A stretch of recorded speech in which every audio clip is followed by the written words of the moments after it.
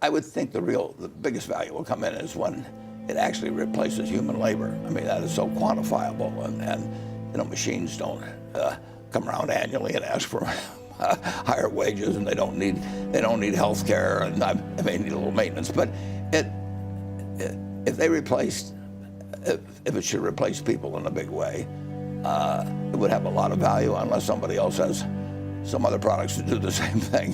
So it's artificial intelligence, but it's very much still in the artificial, emphasis on artificial in that. Yeah, I think they call it something slightly different than that, but you and I, in a sort of common language, would call it artificial intelligence, and it is intelligent.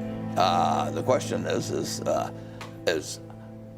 how much better results can you get with it than using human beings, or how many human beings you can displace in getting it, or can you get some entirely new form of information that humans are actually incapable of getting because they can't keep every word that's been written about prostate cancer or something in their minds, and have read everything up to what was published yesterday.